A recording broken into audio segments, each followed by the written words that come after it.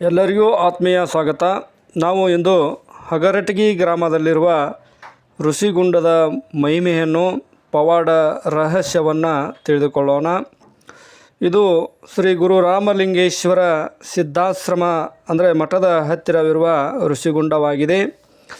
ಈ ಋಷಿಗುಂಡ ಯಾರಿಂದ ಮತ್ತು ಹೇಗೆ ಯಾವಾಗ ನಿರ್ಮಾಣವಾಯಿತು ಎಂಬುದರ ಬಗ್ಗೆ ಶ್ರೀ ಗುರು ರಾಮಲಿಂಗರ ಚರಿತಾಮೃತದಲ್ಲಿ ಉಲ್ಲೇಖವಾಗಿದೆ.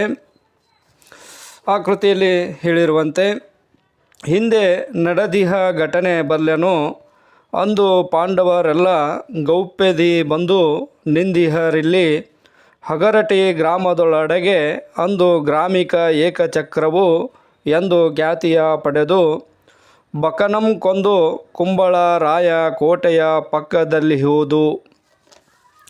ಅಂದು ಬಕನಂ ಕೊಂದು ಭೀಮನು ಬಂದು ಸ್ನಾನವಾಗೈದು ತೀರ್ಥವು ಸುಂದರವಾಗಿದೆ. ಪಾಪ ನಾಶಕ ಪುಣ್ಯ ತೀರ್ಥಂದೆ ಮುಂದೆ ವರ್ಧನನೆಂಬ ಮುನಿದರ ಬಂದು ತೀರ್ಥದಿ ಸ್ನಾನಗೈಯುತ ಕಂದು ಗೊರಲನು ಒಲಸಿ ಕೊಂಡಿಹ ಪುಣ್ಯ ಸ್ಥಳವೆಂದು ಗುರುವು ಹರಸುತ ನೀನು ಅಲ್ಲಿಯ ನಿರುತ ವಾಸಿಸಿ ಯೋಗ ಗೈಯುತ್ತಲಿರಲು ಸಿದ್ಧಾಶ್ರಮವು ಎನ್ನುವ ನಾಮ ಪಡೆಯುವುದು. ಕರೆದ ಕಪನಿಯ ತೊಡಸಿ ಕಿವಿಯಲ್ಲಿ ಹರನ ಮಂತ್ರವ ನಿತ್ತು ಕಳುಹಿಸಲು ಗುರುವ ಸ್ಮರಿಸುತ್ತಾ ಬಂದ ಸಿದ್ಧನ ಗೌಡ ಹಗಟಗಿಂಗೆ ಎಂಬ ಉಲ್ಲೇಖವು ಶ್ರೀ ಗುರು ರಾಮಲಿಂಗರ ಚರಿತಾಮೃತದಲ್ಲಿ ಉಲ್ಲೇಖವಿದೆ. ಪ್ರಸ್ತುತ ಶ್ರೀ ರಾಮಲಿಂಗೇಶ್ವರ ಮಠದ ಇಂದಿನ ಪೀಠಾಧಿಪತಿಗಳಾಗಿರತಕ್ಕಂತಹ ಪೂಜ್ಯ ಶ್ರೀ ಸಿದ್ಧಲಿಂಗ ಶ್ರೀಗಳು ಈ ಋಷಿಗುಂಡದ ಮಾಹಿತಿಯನ್ನು ತಿಳಿಸಿಕೊಡುತ್ತಾರೆ. ಅದನ್ನು ನಾವು ಕೇಳೋಣ, ಬನ್ನಿರಿ. ಇದ್ರ ಬಗ್ಗೆ ಮಾಹಿತಿ ಹೇಳ್ಬಿಡ್ರಿ ಸರ್. ನಿಮ್ಮ ಹೆಸರು ಕೇಳ್ತಾರೆ ಸರ್, ನಿಮ್ಮ ಪರಿಚಯ ಹೇಳ್ಬಿಡ್ರಿ. ಇದು ರಾಮಲಿಂಗೇಶ್ವರ ಮಠ. ಹಾ ರೀ. ಮಠದ ನಾವು ಒಂದು ಪೀಠಾಧ್ಯಕ್ಷರು. ನಮ್ಮ ಹೆಸರು ಸಿದ್ಧಲಿಂಗ ಸ್ವಾಮಿಗಳು. ಹಾನ್ರಿ. ಇದು ಮಂಟೂರ್ ಶಾಖಾ ಮಠ. ಹಾನ್ರಿ. ಇಲ್ಲಿ ಹಿಂದೆ ದ್ವಾಪಾರದ ಇತಿಹಾಸ ಅದ ಇದಕ್ಕೆ. ಹಾನ್ರಿ. ಇಲ್ಲಿ ವರ್ಧಾಮುನಿಗಳಂತ ತಪಸ್ ಮಾಡ್ತಾರೆ. ಈಗಲೂ ಗುಡಿ ಅದಾವ. ದ್ವಾಪಾರದಲ್ಲಿ ಪ್ರವಾಸದಲ್ಲಿ ಬಂದಾಗ ನೀರಡಿಕೆ ಆಗ್ತದ. ಬಾಣ ಹೊಡೆದ್ರು, ಅರ್ಜುನ ಬಾಣ ಹೊಡೆದ್ರು ನೀರ್ ಬೀಳ್ತಿತ್ತು. ನಾವು ಗುರುತಿಸಿಗಂತೀವಿ, ವನವಾಸಕ್ ಬಂದೀವಿ, ನಾವು ಪಾಂಡವರು ಅನ್ನೋದು ಗೊತ್ತಾದ್ರೆ ನಮಗೂ ಅಜ್ಞಾತವಾಸ ಫೇಲ್ ಆಗ್ತದ ಅಂತ ಹೇಳಿ ಅವರು ಋಷಿಗಳನ್ನ ನೀರ್ ಕೇಳ್ತಾರ. ಆ ಋಷಿಗಳು ಎತ್ಕೊಂಡು ಇಲ್ಲಿ ಅವ್ರ ಪಾದಸ್ಪರ್ಶ ಮಾಡಿ, ಋಷಿಗಳೇ ಮಾಡ್ತಾರನ್ರಿ? ಪಾದಸ್ಪರ್ಶ ಮಾಡಿ ನೀರ್ ಕುಡಿಸ್ತಾರ. ಅವಾಗ ಗಂಗಾ ಮಾತೆ ಪ್ರತ್ಯಕ್ಷ ಆಗಿ ಮುಂದೆ ಬರುವ ಕಲಿಯುಗದ ಒಬ್ಬರು ಮಹಾತ್ಮರು ಇಲ್ಲಿ ಬರ್ತಾರ. ಅವಾಗ ಇದ್ರ ಗೊತ್ತಾಗ್ತದ ಇಲ್ಲಿ ಯಾರು ಪುಣ್ಯ ಸ್ನಾನ ಮಾಡ್ತಾರೆ.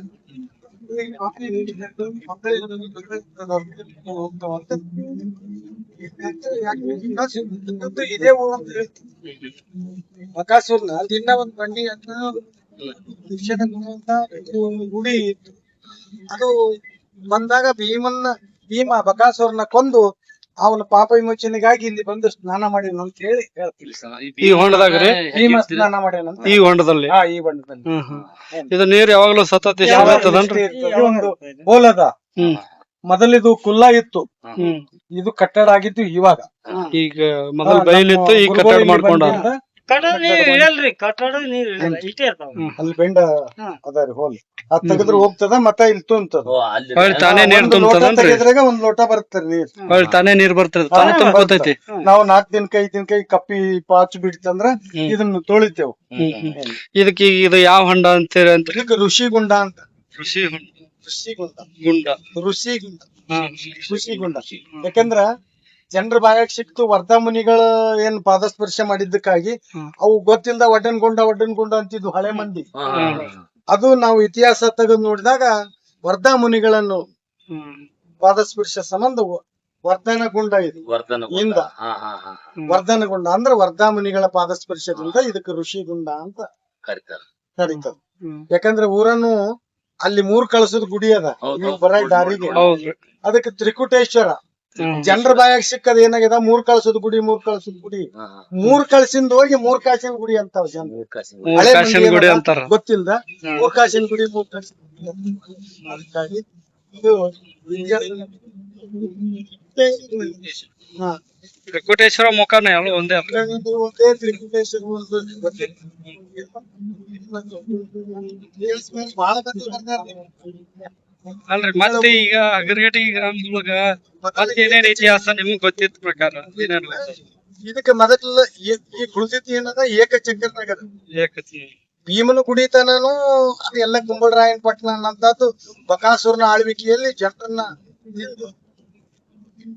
ಊರೆಲ್ಲ ಹಾಳು ಬಿದ್ದದ ಅಂತ ಹೇಳ್ತಾರೆ. ಯಾಕಂದ್ರೆ ಪ್ರತಿಯೊಂದು ಹೊಲದಲ್ಲಿ ನೋಡ್ರಿ ಮನೆ ಬುನಾದಿಗಳು ಭೀಮನ್ ಗುಡಿತನ, ಭೀಮನ್ ಗುಡಿ ಅದ, ಅರ್ಜುನ್ ಗುಡಿ ಅದ, ನಕುಲ್ ಗುಡಿ ಅದ, ಕುಂತಿ ಗುಡಿ ಅದ, ವಾಸುದೇವ್ ಗುಡಿ ಅದ.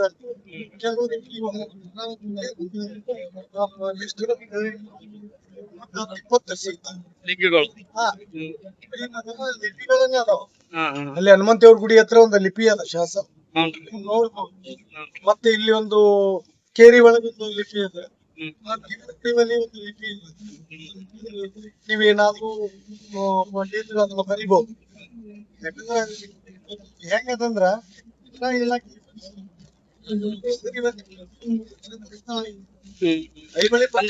ಟೋಟಲ್ ಇದು ಪೌರಾಣಿಕ ಇತಿಹಾಸ ಬಹಳ ದ್ವಾಪಾರ ಯುಗ. ಹಾಳಾಗ್ಯದ ಏಕಚಕ್ರ ನಗರ. ಕೋಟೆ ಇದು, ಕೋಟೆಗೆ ಹಚ್ಚೆ ಮನೆ ಕಟ್ಟಿದ್ದದು. ಹೌದು, ಇವತ್ತಿನ ಮಿತಿಗೆ ಅವ್ರ ಮನೆಯವರೆಲ್ಲ ಕೋಟೆಗೆ ಮನೆ ಕಟ್ಬೋದು. ಹಿಂಗಾಗಿ ಕೆಲವೊಂದು ಕೋಟೆಗಳು ಹೋಗಿ 4 ಮೂಲೆಗೆ 4 ಗುಡಿ ಅದ. ಹೌದು, 4 ಗುಡಿ ಅದ. ಅದನ್ನ ಯಾಕಂದ್ರೆ ಉಳಿದ್ರೆ ಅದಕ್ಕೆ ಅಕಡೆಟಿಗೆ ಅಂತ ಬರ್ಬೇಕಾದ್ರ ಹೌದು ಸುಮಾರು ಮಾಡಿದ್ರೆ ಹಗುರವಾಗಿ ಹಗರಣ ಹಗುರವಾದ ಇಟ್ಟಿಗೆ ಹಗುರವಾದ ಇಟ್ಟಿಗೆ ಊರಿಗೆ ಹೆಸರು ಬರಕ್ ಅದು ಕಾರಣ. ಹಗುರವಾದ ಇಟ್ಟಿಗೆ ಇಲ್ಲಿ ಹಗರಟ್ಟಿಗೆ ಹಗರಟ್ಟಿಗೆ ಅಂತ. ಇನ್ನೊಂದ್ ಏನ್ ಹೇಳಿದ್ರಂದ್ರೆ ಏಕಚಕ್ರ ಹಗರಟ್ಟಿಗೆ ಅನ್ನೋದಕ್ಕೆ ಇನ್ನೊಂದು ಹೆಸರು ಏನ್ ಹೇಳಿದ್ರು